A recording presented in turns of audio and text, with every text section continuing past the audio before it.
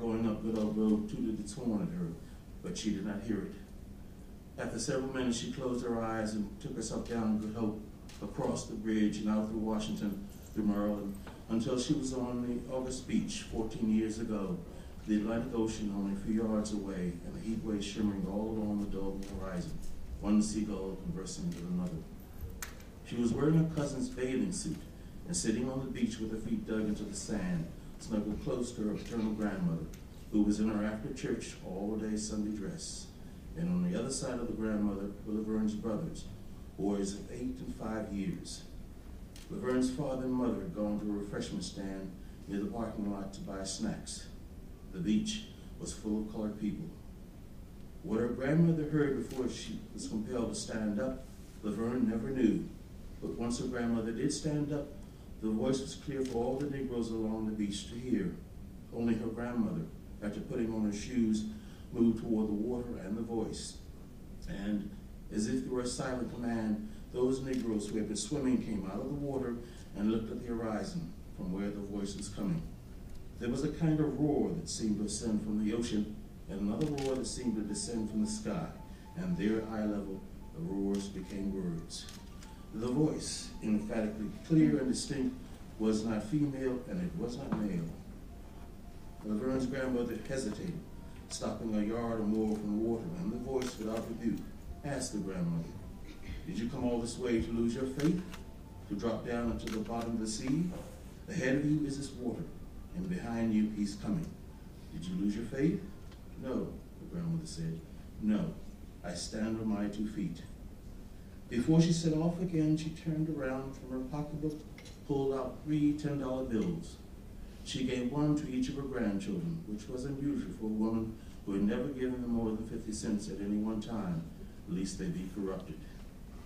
Laverne's youngest brother, a boy of easy giggles, looked suspiciously at the $10 bill. He was still at an age where he did not trust paper money.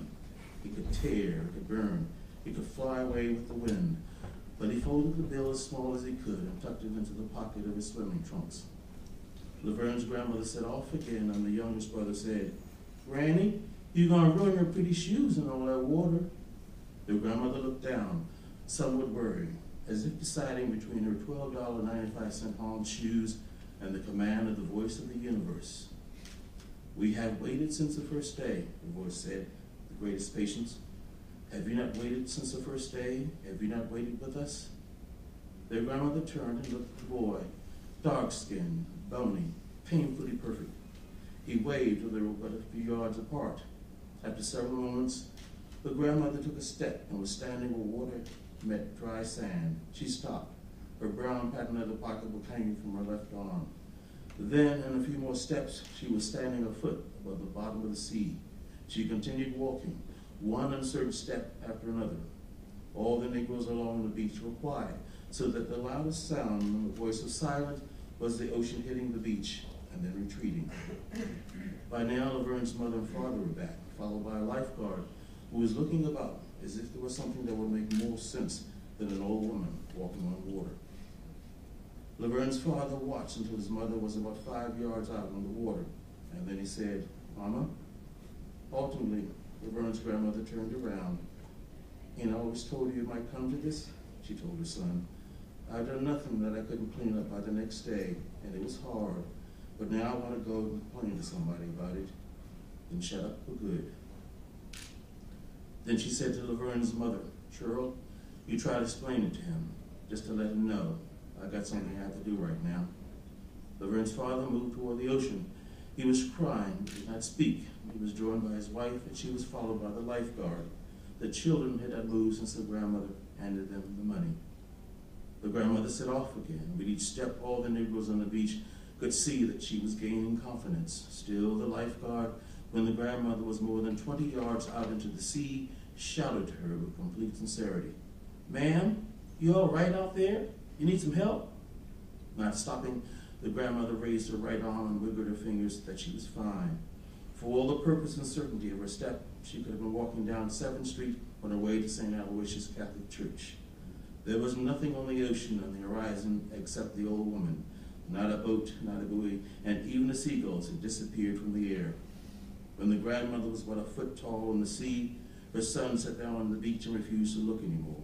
When the grandmother was an inch or so, Laverne walked to the ocean's edge and raised a hand to shade her eyes, and her youngest brother came up beside her and put his hand in hers. The other brother took a place beside his father. Then, in the time it took to sigh, the grandmother was gone completely. There was no more that day for anyone, even though the sun was way up in the sky, and little by little the Negroes collected what they had brought to the beach and went back to their cars and buses. Now and again a stranger would come up to Laverne or a member of her family. The strangers did not speak, but simply touched a shoulder or hand in sympathy and understanding. Laverne felt no sadness, and she slowly began to fear that she had not loved her grandmother as much as the old woman had always said she loved her. The family's eyes stayed focused on the horizon where the grandmother had disappeared, and Laverne and her family remained on the beach until well after the sun was down, accompanied only by the lifeguard, who had caught a chill but who felt it was his duty to stay with them.